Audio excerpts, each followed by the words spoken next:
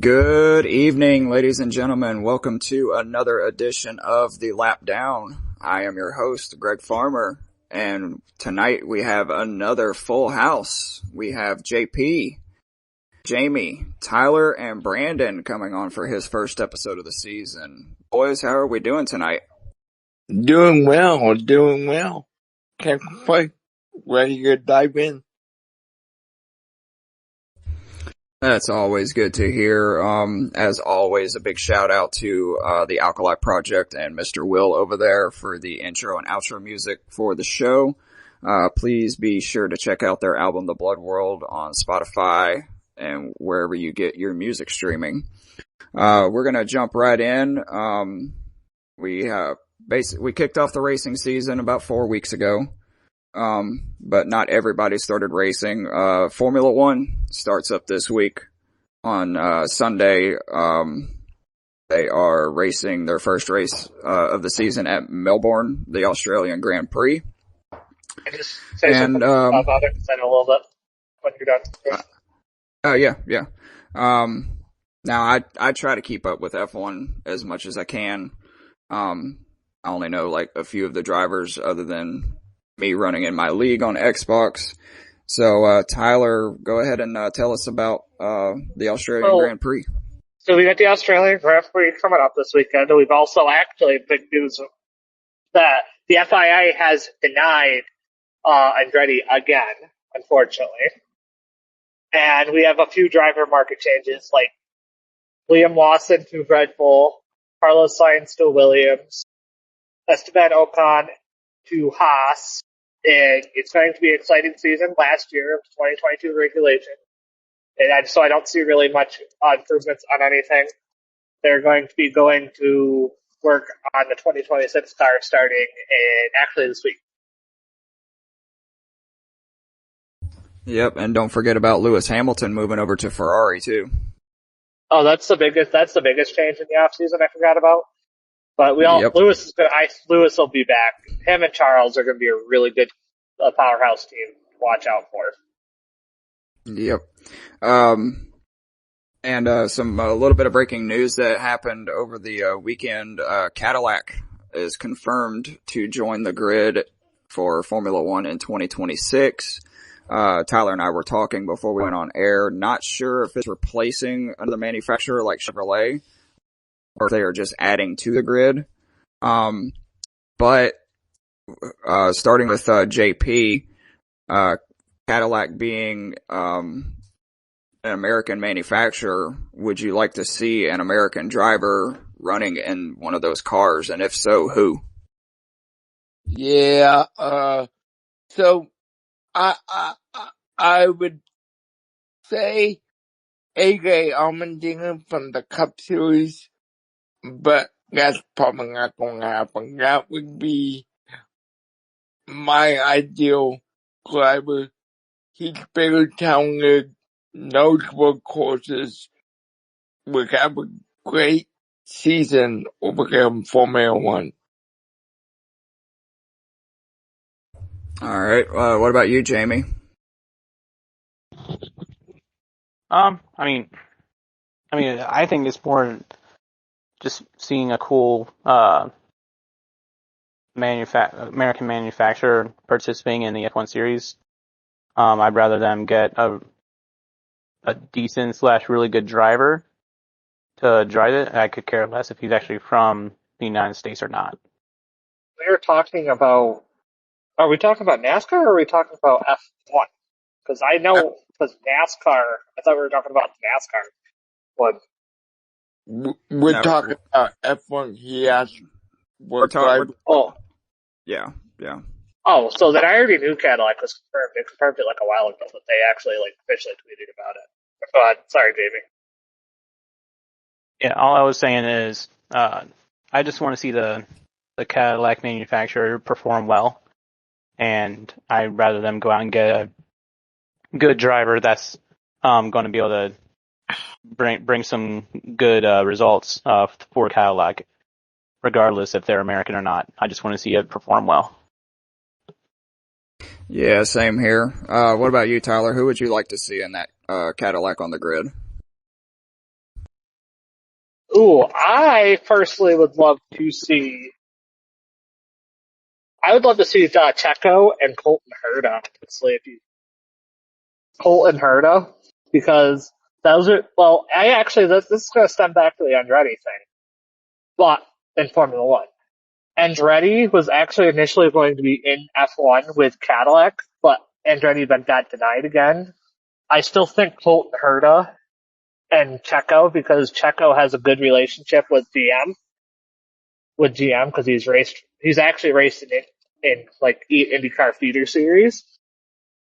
So I personally think Checo or even Daniel Ricciardo and Colton. All right. Brandon, I know you don't really follow F1 all that much, but do you have an opinion on it? I think it's great, one, that they're joining the series, but I think you stole my answer. I was going to say Daniel Ricciardo. I think he'd be a good guy to see in that ride. I think he has a lot of unfinished business in F1 personally, so I'd love to see him have another shot in a solid ride. Yeah, I would personally like to see Logan Sargent get another shot at it, but that's just me. But I mean, hopefully, like everybody said, we're all in agreement. We all hope that Cadillac performs well next year. But we're gonna jump over back to the United States. We had a packed weekend of racing at Phoenix Raceway. It started out Friday night with the ARCA series. Butterbean Queen dominated the race, but it was Brent Cruz who went on to win in a last lap pass for Joe Gibbs Racing in the number 18 car. I believe it was a one lap shootout, 2 attempts, I believe. JP, did you watch any of the ARCA race? If so, what did you think of it? You are muted, sir. I think JP's having some issues. No, I muted myself while everybody else was talking. There we go. But no, I thought the race was really good and stuff. Burger King, I watched some of the highlights. Got caution, we say it every weekend, the Cup at Thingy and Cup series. Once they reach a certain point on the clock, all good different than Cup. Maybe the race to be over and all good like is in Cup clutch and then Thingy. But by all means, give us a green flag finish, and that's what we got, so. Yep. Jamie, did you catch any of the ARCA race? Yeah, I caught the last half of it when I got off work. And I gotta, there's more I want to say about the Phoenix racetrack in general, but as far as the overtime race, if I remember correctly, by the time that they were going into turn 3, there had to have been at least 5, maybe 6 cars all competing for that first spot. Like there was already like a 3 wide, then you had 2 more cars like kind of like dive well underneath the yellow just to see if they could get a sniff at it.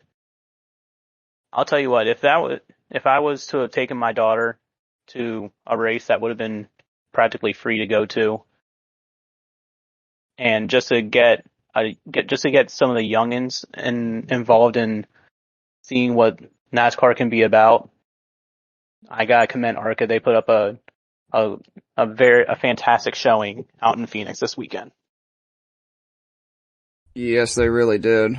I caught a few laps of it, and it was pretty entertaining from what I could see, considering they were at Phoenix. Tyler, do you have any thoughts on it?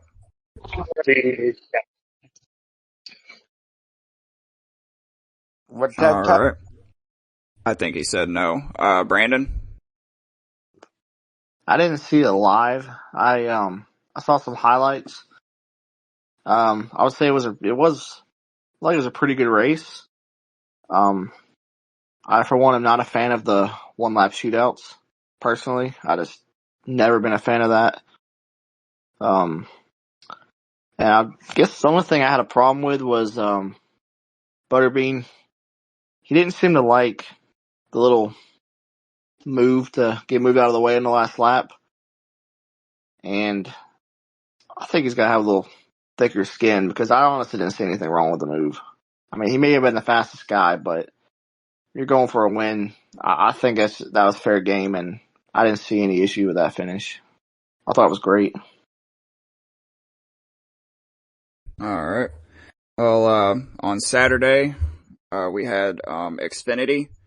Alex Bowman was on the pole in the number 17 car for Hendrick Motorsports, and got out to an early lead. He won stage one. Justin Allgaier, or no, was it Almirola that won stage two, or was it Allgaier? It was Almirola. Okay. Yeah. Almirola won stage two, but Justin Allgaier seemed to dominate the race until the final restart. Allgaier got together with Almirola going into turn one and kind of washed up the track, and Bowman took the lead going 4 wide through the middle, only to be door slammed coming out of turn 4, coming to the checkered flag, and Eric Almirola won the race in the number 19 car for Joe Gibbs Racing. And this is where me and Brandon get to air out our grievances, because the race was on CW, and on the last lap, right as they took the white flag, the CW here in the Atlanta area decided they were just gonna cut the footage off and show Atlanta Hawks basketball. So we didn't even get to see the finish of the race. We had to go watch it on X or Facebook or wherever. And I could tell just by the posts that there were a lot of pissed off people, especially around this area, that did not get to see the finish of that race.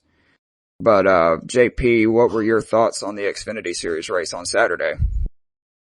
So, yeah, I got to go along with it, but me and my guy were watching the race, and we saw what was probably happen with Alex Bowman and the performance in 19 of Eric Almirola.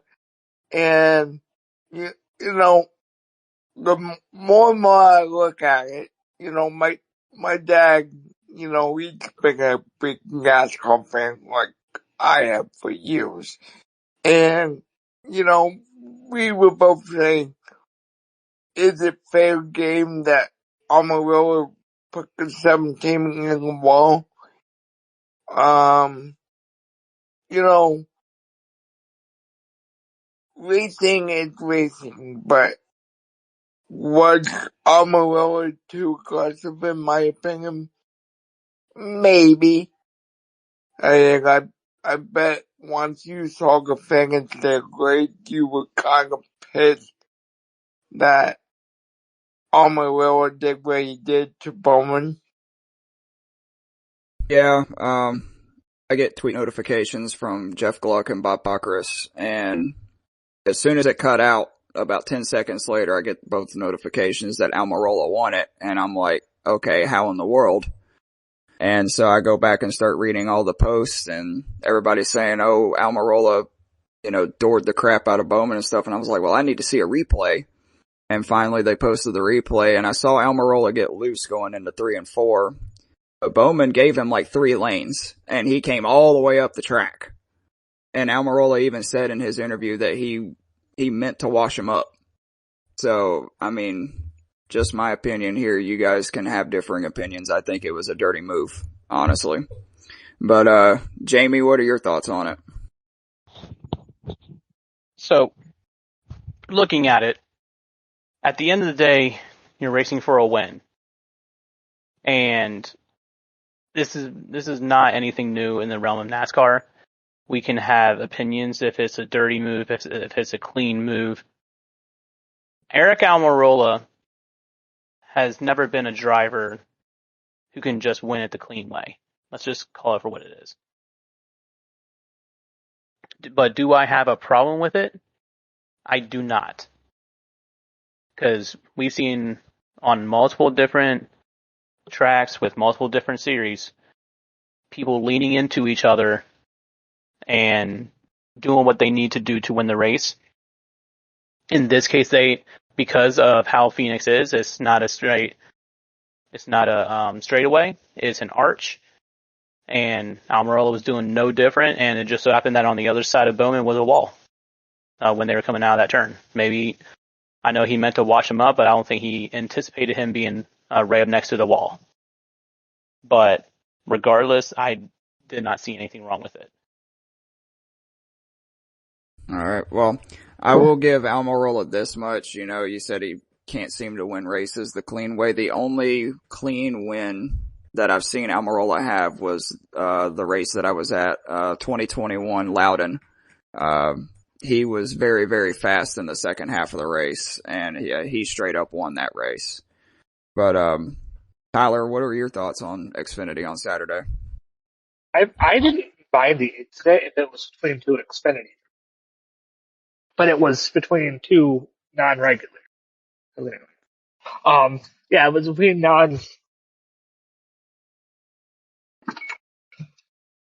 between two non-regulars, and I don't think they should have done that.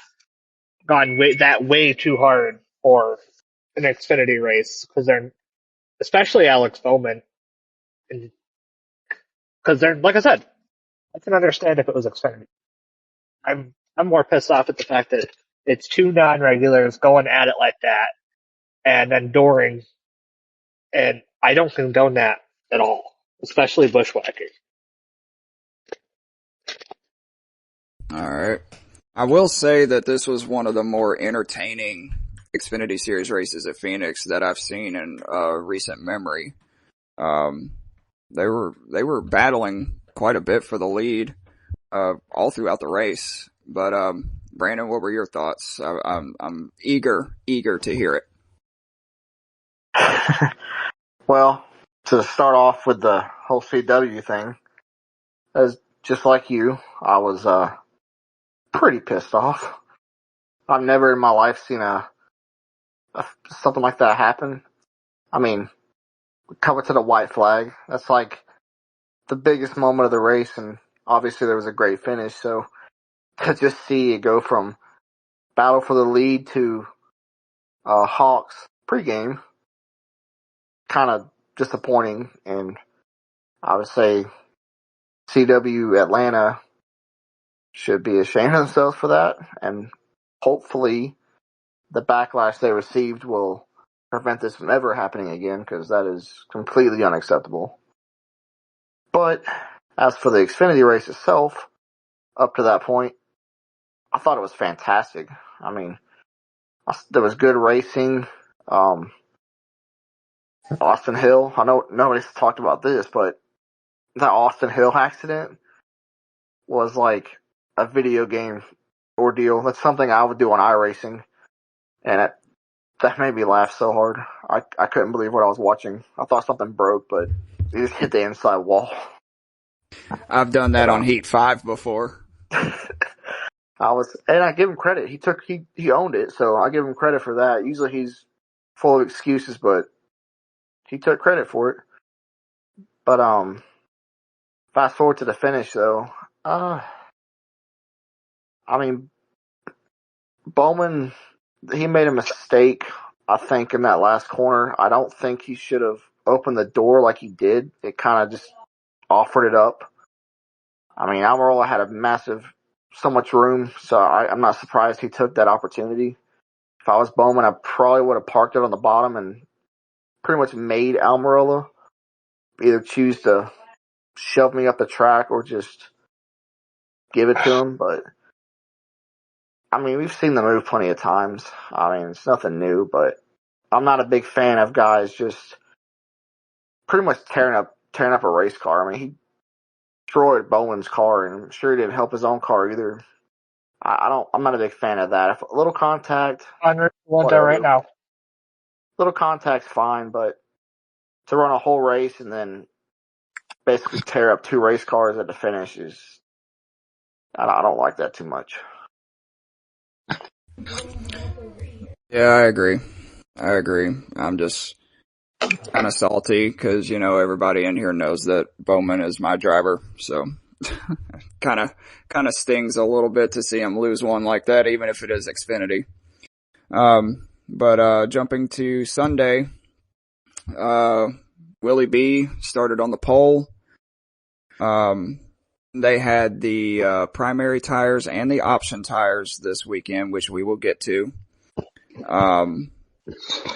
They had a bunch of cautions, especially for Phoenix. Two of them for Catherine Legg. The second one finally kind of took her out. They had the big one. There's 12 cars involved about midway through the race that took out Brad Keselowski and Chase Briscoe, just to name a couple. Briscoe just won his appeal on his penalty, got his 100 points back, and then goes out and DNFs. And Brad K's miserable season continues. But they had a 2-lap shootout, and Christopher Bell gets win number 3 in a row over Denny Hamlin in the number 20 car, which makes it a JGR sweep of the weekend in consecutive car numbers. 18 on Friday, 19 on Saturday, 20 on Sunday.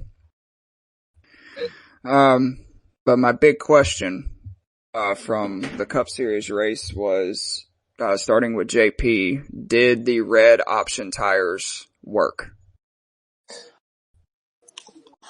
Big props to NASCAR. I thought it was very entertaining. You only saw a couple tire issues with the red option tires, so I'm going to say yes, they did work.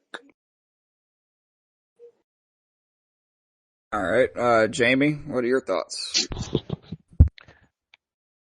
So the option tires, it seems like NASCAR only likes to bring them out when they have tracks that has been under some level of scrutiny as far as what the racing entails. And Phoenix, it was getting a little bland, but the option tires did their thing. It made it for a more entertaining race. It made for people to use strategy to try to get some stage points, i.e. Ryan Preece, getting stage 1 points for using the option tire early. It definitely creates a whole new dynamic for tracks like that I think can keep the attention of the crowd and the viewers who are watching at home. And it's one thing that I don't think they need to have option tires at every single track, but if you want to put them at places like Phoenix, like Richmond, places like that, I am alright if that becomes a standard. Yeah, I agree, and they brought them out for this race, I believe, in response to the success that they had last year at Richmond and in the fall Martinsville race. I will say, before we get to Tyler, I will say that had that race gone green to the end and he didn't get a speeding penalty, I think Ty Dillon was in the catbird seat to have an upset win for the ages. Oh yeah, before we go to Tyler, I have to second that. Yep. Tyler, what are your thoughts? I thought it was overall a pretty good race. Like I said, there was a little bit of precautions, but I think people were taking a little bit more risks because of having the option tire and having the ability to pass and come and go. I think that also led to the higher cautions. But I actually agree with Jamie, and like bringing to like Richmond, Bristol, or Martinsville, or shorter tracks, or even New Hampshire would actually benefit. Shorter tracks that it's hard to pass because the tires are too hard. That always have that option to have the softer tires so we can have strategy. That's what I really like about this race. Just the fact that it was unity, there was fall off, come back. It wasn't stale like it normally was. Yeah, I agree. What about you, Brandon? Yeah, I thought it was great, honestly. It brought a new dynamic to the race that's, generally speaking, pretty boring in the last couple of years. I thought it was pretty entertaining seeing, guys on the primary, guys on the option, and sometimes seeing guys that typically aren't up front just bolt them on and suddenly they're up in the top 5, which is always pretty cool to see. I hope they keep doing it. I think it could be a good thing at other tracks like I said, Richmond, New Hampshire, maybe Bristol, and I think it'd be good for Martinsville. The only thing that worries me about the option tire is that I know it's more of a test right now, just seeing kind of how it does. I'm just scared that if they decide to, say, come back to Phoenix for the championship race and they say, hey, we're going to make this our primary tire, I'm afraid that everyone will just be falling off around the same pace and you'll just have the same old Phoenix again. So, in my opinion, I think they need to just stick with doing the option tire like this because I think it's a better product, honestly. Well, it's funny that you say that, and that's a great segue to what I'm about to talk about. Bob Pockris put out on Twitter today that Austin Dillon, Josh Berry, and Tyler Reddick did a tire test today at Phoenix with a couple of different softer compounds than what they had yesterday for the option tire, and that they are only going to be bringing one tire compound to the championship race. What are your guys' thoughts on that? Great. Oh, lovely.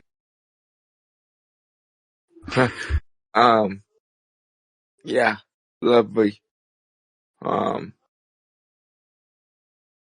That's called Why Don't You Listen to the Fans?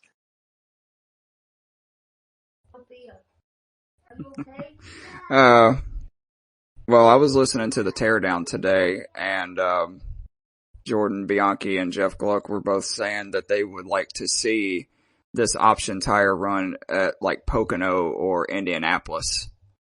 I'm not so sure about Indianapolis. I think we would have 2008 all over again. Yeah. Please God, no. Or Bristol Springs last year. Yeah.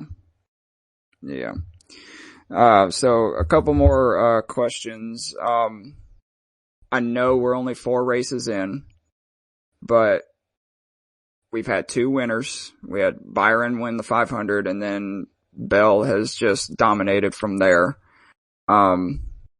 Is Bell the championship favorite?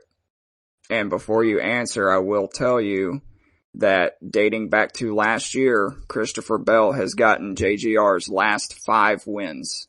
He won the Coke 600, then he won at Loudon, and then he won the last 3 races in a row. So, go ahead, JP. So, I would say yes. Christopher, I hope you listen to us. I hope other podcasts are listening to what we have to say. But I would say yes. He is a very talented young man who deserves this title. He's worked hard so far this year. I don't see anything wrong with how he's doing things right now. Let's get it done. What about you, Jamie? I think it'd be foolish not to say that he's not a favorite right now.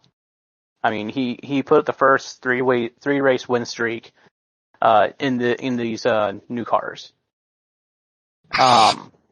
Something that I think was kind of interesting that he said, I don't know if it was last week or the week before, but he was talking about, I think it has a lot to do with his driving style, along with just JGR in general. Because they literally have a plan for everything. There's nothing that surprises that team.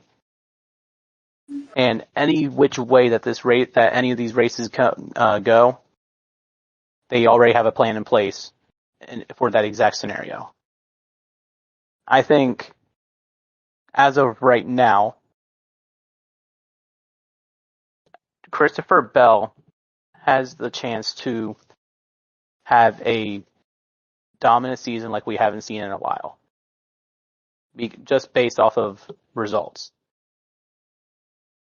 To win 3 races in a row, to the hot way that he ended the season last year. Like you said, he's got the last 5 wins for JGR. And this is including a guy by the name of Denny Hamlin. Yep. So to be outstaging Denny Hamlin at this point, not only in points, not only in finishes, but to be besting him at the end of this race, where Denny Hamlin was doing Denny Hamlin type things and Christopher Bell still found a way to beat him. It's incredible. It really is. Yep. I don't disagree with anything that you just said. What about you, Tyler?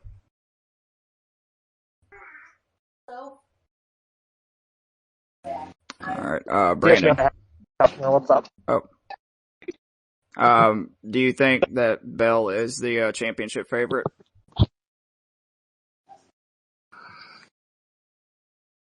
I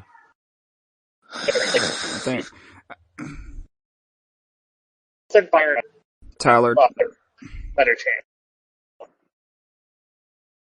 Tyler, you're gonna have to repeat what you just said because you cut out really, really bad, sir. So I don't think Bell is going to be a threat, my personal opinion, until he can do this in the playoffs and Byron have a better overall chance.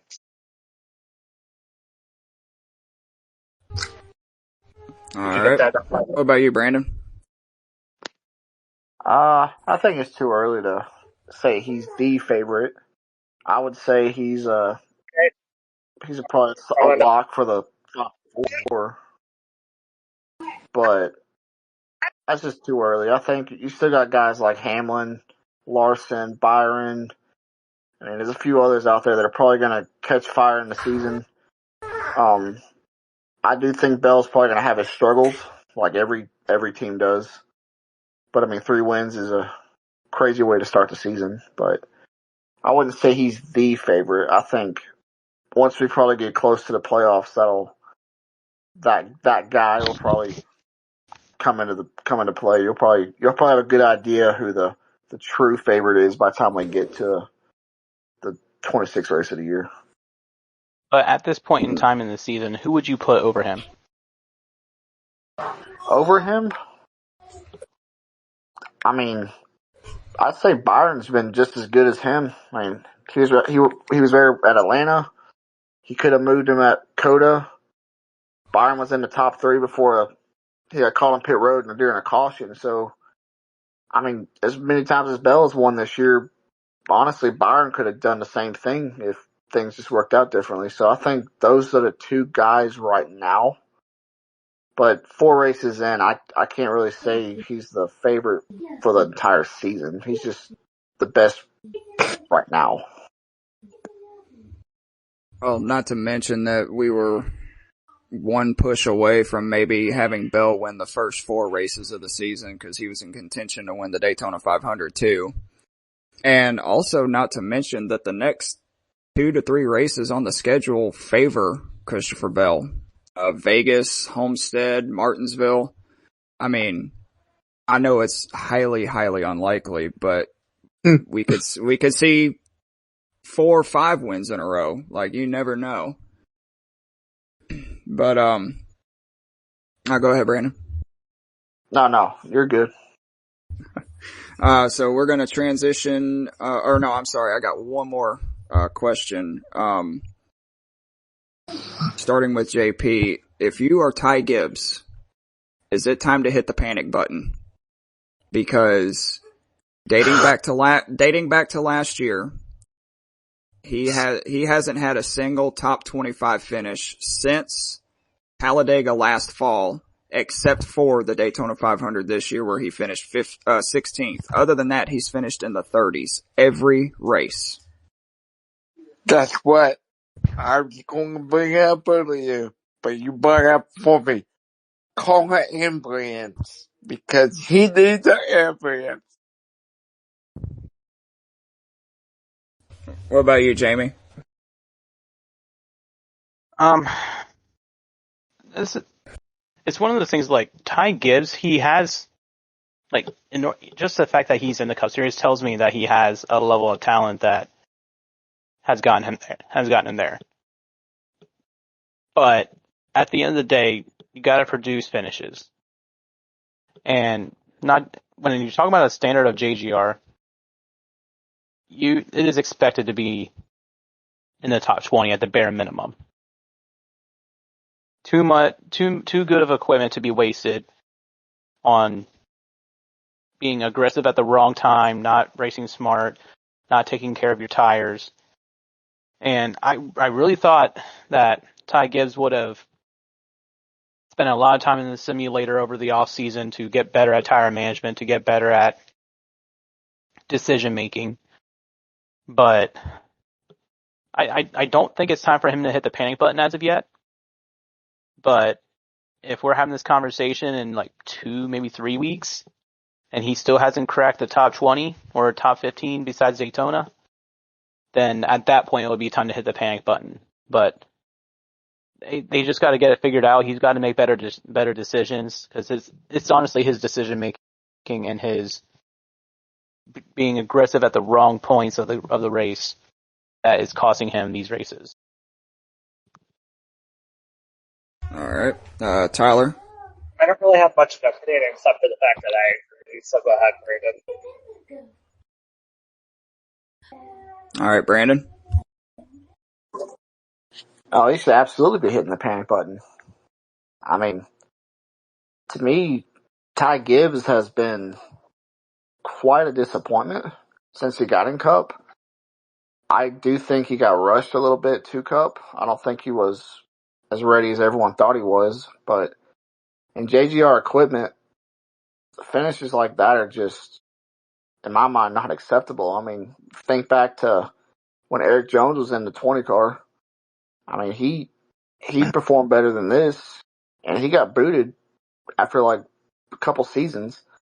And I mean, I think Ty Gibbs is talented, and I think he will turn it around, but at some point this year, if the same results keep happening, I mean, you're going to have to take a look at, is he really ready for Cup, and does he deserve that ride? But it's too soon in the season to really say that. So I think he'll probably turn it around, but he's got to be more patient, because he's put himself in so many bad positions early in the season, and it's really costing him at this point. Well, actually, I do have one thing to add, actually. I've noticed how he's been racing. He's been way too immature so far in the last, 5-10 races. He's been way too immature. He needs to mature up a little bit and calm his ass down. Yeah. Well, so I will say that Atlanta and Coda wasn't his fault. He was just in the wrong place at the wrong time. But I do get what you're saying, especially at the clash at Bowman Gray. You know, he just destroyed his own car for no reason, you know. But there's been a couple instances where it wasn't his fault. He just got caught up in somebody else's mess. But we're going to transition into our green flags and black flags for those of you who are new listeners, green flags is something that you liked during the race weekend, and black flags is something that you did not like. And we're going to kick it off with JP. All right. Good thing we are, because my black flag has something to do with the race, but it's not an on-track issue I have. It's the pre-race ceremony national anthem gets my black flag For which race? for the cup race. All right. What's your green flag? Green flag is that figures of the cup race. I mean, again, for the second time this year, I felt like we were on tooth and nail. Was there going to be a final lap pass? And those Optum tires really produced that at the end of that race. All right. Jamie.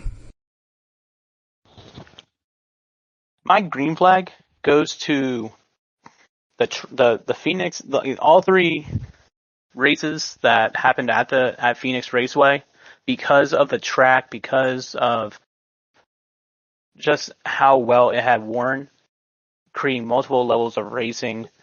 We had all three races come down to the wire, where 2 to 3 guys were all competing for the win, and I have not seen that specific thing happen at a track in a while.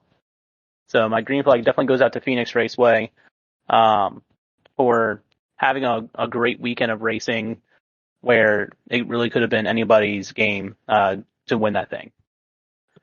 Black flag, I'm going to say, I don't know, is it me, or did it feel like Catherine Legg was involved in practically every crash in some way, shape, or form? Well, she brought out the first caution, and then she was pretty quiet until she spun again and decided to take Daniel Suarez with her that time. Yeah, but she was also severely off the pace.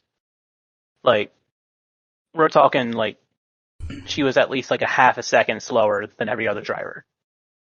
And NASCAR didn't take her off the track. They didn't say, hey, you're going too slow. You're going to end up causing another caution to happen because of how slow you're going. And sure enough, that second caution happened because she was just going so dang slow. So, I don't know. I think, I know they brought her in there to try to throw out another name to try to keep an eye off of. I mean, heck, the NASCAR app even had like a whole segment where she had to kind of explain like who she was and how long she's been racing for anyone to even know who she was. And no, don't get me wrong, no discredit to her. And the other types of cars that she's driven, she has driven competitive, and she is a good driver. It's just, I feel like NASCAR should have had her go into the Xfinity race and not necessarily the Cup race. That's just me. All right. What about you, Tyler?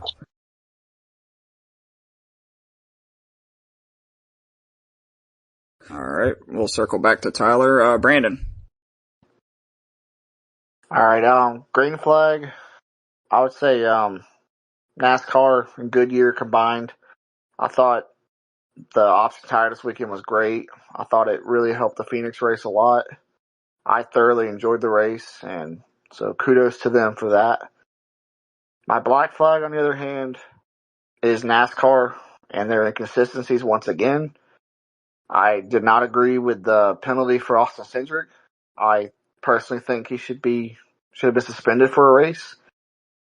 I don't understand anymore what's right and wrong, because as far as I was concerned, the start of this year, you right hook a guy, it's a 1 race suspension, and they pretty much just said, oh, well, there wasn't a caution on the incident. It was a little bit slower. It's a road course. So with that, we're just going to do a points penalty and a fine. So I think they just open up a whole other can of worms now, to where if somebody does it again, You almost don't even know what they're going to do. It needs to be black and white call, balls and strikes. I mean, if you right hook a guy, 1 race suspension. That includes my own guy. My guy right hooks a guy, I expect him to be suspended. That's how it should be. All right, Can Tyler. I say my green flags is actually like I said, NASCAR Cup Series and the Phoenix Raceway with the option tire. It made for great racing, and it sort of saved a race that was probably going to be cut if they didn't do anything.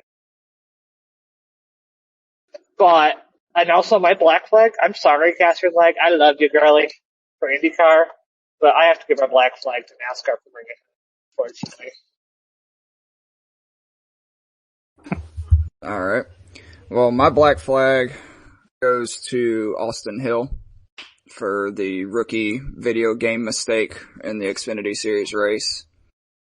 My green flag goes to, for the first time this season, we are not talking about shitty officiating. They got every call right this weekend, and they were pretty consistent other than the whole, Austin Cindric penalty. But yeah, no on-track officiating issues and all that good stuff. We had, clean, natural finishes in all 3 races, and I love that. But they are racing at Las Vegas this weekend. The last time. Before you go that way, can I add on to what you just said there with the officiating? Sure. I want to, especially on this podcast, and especially for me, it's a rare thing for me to commend NASCAR when it comes to a call. And when Joey Logano had gotten a portion of his car under the yellow line on the restart, that was 100% the right call, because in the rulebook stated any part of the car cannot be below the yellow until the car has completely passed the start finish line. And there was a lot of debate on the interwebs of how NASCAR was trying to screw Joey and all those things, but this is what needs to happen with these other calls that we talked about. NASCAR is finally sticking to the book, at least when it came to that. It didn't leave area for a gray area. Now, if they could fix the right hooks at no matter what speed, as we saw from last week, and just say any right hook is going to be a penalty, it's going to be a suspension, it's going to be XYZ, then we wouldn't be talking about this. But for once, I want to commend NASCAR for actually making the right decision, not leaving gray area for that particular rule. Yep, I agree. But yeah, they're racing at Vegas this weekend. The last time we were in Vegas, we saw Tyler Reddick upside down on the front stretch and Joey Logano winning to make the championship 4. As stated earlier, Vegas favors certain drivers like Bell, Reddick, Chase Elliott, Kyle Larson, guys like that. But we are going to make our picks, and on camera here I have all of our names on the wheel. And so the first pick will go to... Oh gosh, wait, like baby. Jamie. Let's go. I am going with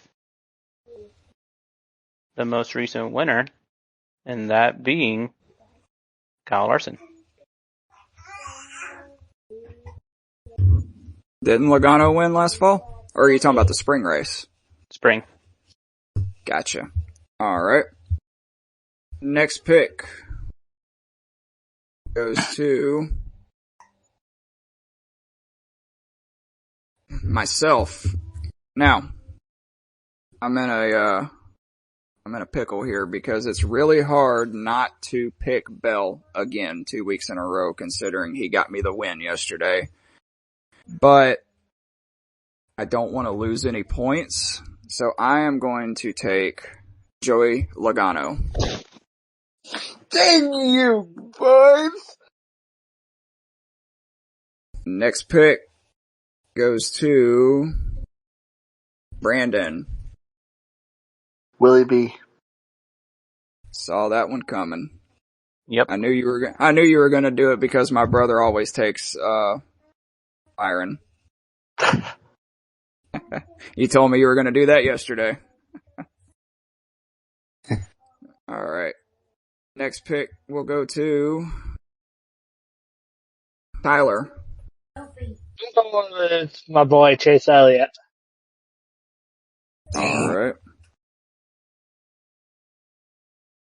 And just for the fun of it, I will spin the wheel one more time. I wonder who it's going to land on. What's the over-under? Oh, JP. Wow! Lucky sevens. Wow. So, let's go with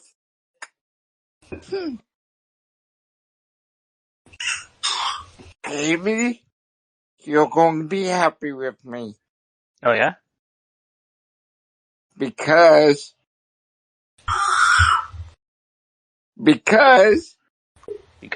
I'm going with Denny. Going with.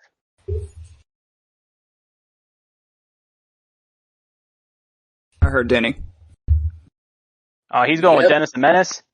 Yeah. Yep. Oh, you're going with the villain. All right. I will get those jotted down in our list, and I'll get the rest of them this week. Before we close the show out, it is time for another rousing edition of Jamie's Trivia. Now, before Jamie asks the question, we will give our answers one at a time. Brandon, you are new to this, so if you get the question right and nobody else does, you get a bonus point towards your race pick total. Fire away, Jamie. And also, preemptively, because it is Jamie's Trivia, please do the honorable thing and do not Google search. Do not try to search the interwebs while you're waiting for your turn. Okay. So, usually, trivia will be based around Las Vegas, something lottery based, maybe which driver had the most gambling issues or something along that lines, but we're not going to go that route. We're going to go, how many of the current set of drivers are from the state of Nevada? So, And just you get active another drivers? point if you can, just the current active drivers. And you also Just get a Cup- bonus just point Cup if you Series? can say all three, just in Cup Series. Justin. Hold All right, so we're going to mix it up a little bit. We're going to start with Brandon. Great. God. So I kind of messed that up. So you're naming, there are three drivers from the state of Nevada. You have to name the three drivers. Let's see. Kyle Busch, Noah Gragson, Riley Herbst. Presto bango, he got it. You would be correct. Oh, Now, does he get one bonus point or 3 bonus points? We'll give him the 3 bonus points because I messed it up. It was supposed to be a 2-parter. All right, that sounds good. All right, well, congratulations, Brandon. Good job. yeah. 3 bonus points towards your race pick total for this week. So that is going to do it for our show tonight. As always, a big shout out to all of our sponsors, Smackin' Sunflower Seeds, Century PC, Sleefs, Fubo TV, Fanatics, Bulletproof Coffee, Dr. Squatch. Thank you guys so much for sponsoring this podcast. Be sure to check out the links in our podcast description. And something new that we're going to start doing, promoting our other podcasts. We have the Hard Count coming up for football season. The Dirt and Turf is going right now for baseball. Biscuits and Penalties for hockey. And then Social Slam, which myself, Jamie, Cobra, and Alex are on for wrestling. Be sure to check out all of those awesome podcasts. But until next time, I am Greg, and for JP, Jamie, Tyler, and Brandon, this has been the Lap Down, and we will see you guys after rolling the dice in Vegas. Deuces! Deuces! Deuces.